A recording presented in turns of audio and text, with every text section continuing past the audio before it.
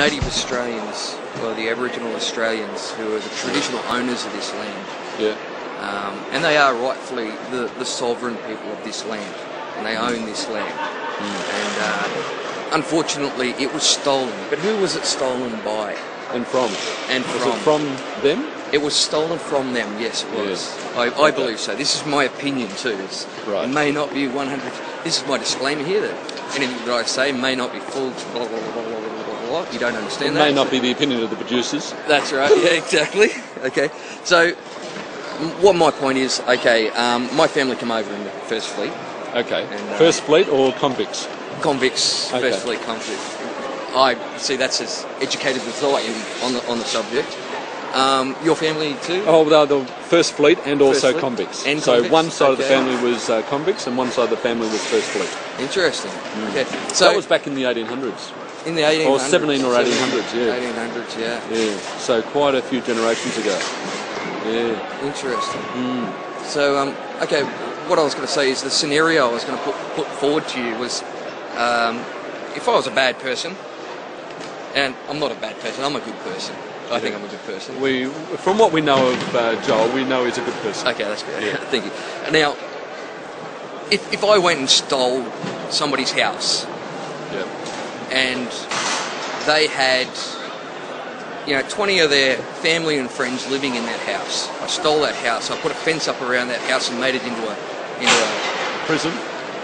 well, I wasn't going to use that term, Okay. but I was going to say a fortress. A fortress to stop or So, prevent them from to escaping. Prevent them from escaping, okay?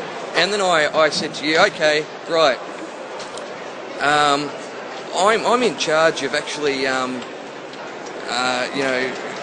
making sure that you obey the law, okay?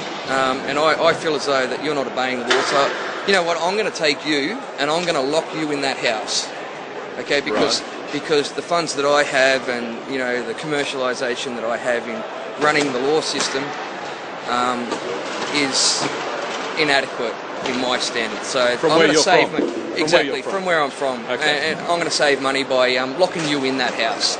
Okay. Okay.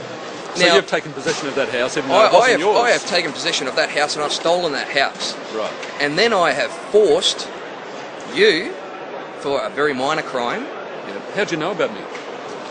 Oh, You caught me.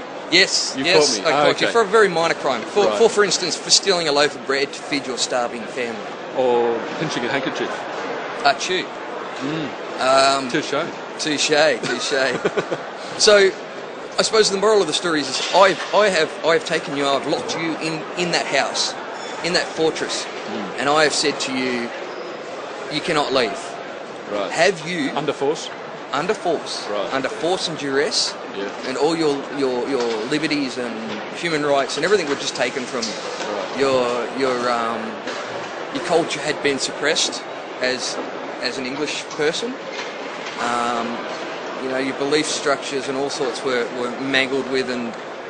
But anyway, the moral of the story and the question that I would like to ask is, did you steal that house?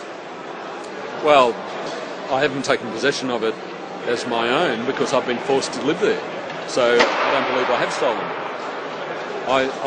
I've been forced under your jurisdiction to stay there, and I can't leave. So I haven't stolen it. Okay. But what happens with, I'll live all my life there, and what about my generation subsequently? Are they going to Okay, be... I don't want to go over the ifs and buts because I'm going to open up a whole big can of worms there if I do.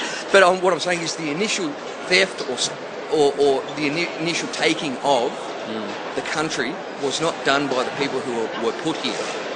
Okay, It was done by Australia. the government and the Corporation of London and England. Oh, okay. Yeah. So if a native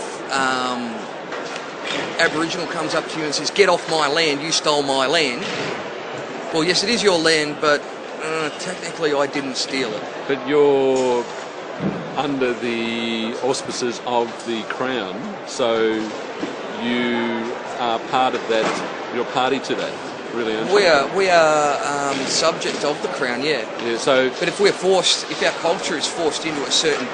See, if you understand this argument, if our culture and our heritage is forced into a certain way of living, for instance, living in Australia, then they've adjusted and mangled with our culture, just as they have done with the black people. Excuse my terminology if you find that racist, or the Aboriginal traditional owners of the country. So don't hold me accountable. Is that what you're saying? Of course not. Yeah. Of course not. I think you hold accountable the person who originally stole your car, not the person who bought it. So let's all just live together in harmony and not be concerned with the past. Because I think the government in general is taking us all for a ride. And it's not so much the government, it's the corporation that's controlling the government. Right. So it doesn't matter whether you're black, white, pink, purple, fat, skinny, short, tall, whatever it is. Believe it or not, we're all treated the same. We're all picked on for our inadequacies.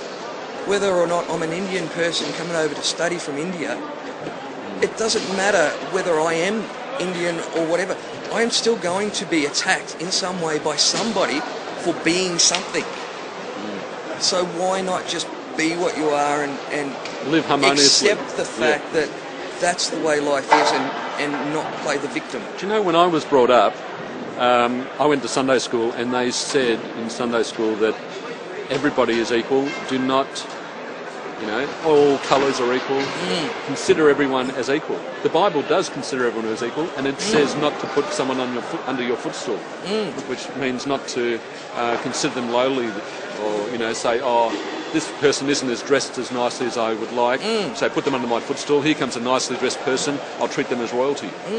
So that's totally wrong. You should treat people as equal. Whoever's flesh and blood, they're the same as you. No lesser a person, no, not really a greater person. Just consider everyone as equal. That's right. Well, see, I come from an acting background, and generally the way you act and behave is the way people will treat you.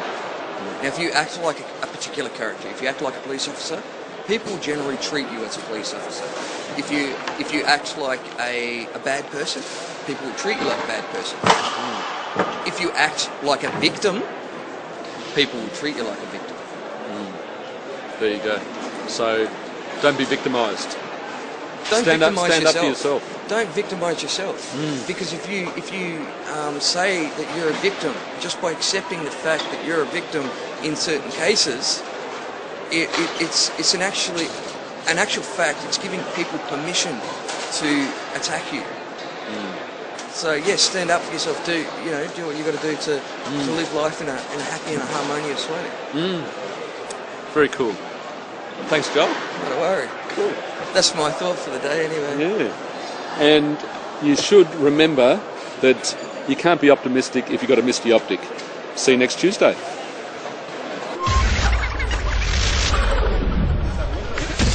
And that last look was quite funny. What do you want to talk about? So you start the camera, you start the sound, and we haven't decided on what we're actually going to talk about. Yeah, I can edit all this out. You can edit all this out. Yeah. You probably won't, will you? Yeah. Okay, all right. Well, there might be some bloopers. Excellent, some bloopers. Yeah, some bloopers, yeah.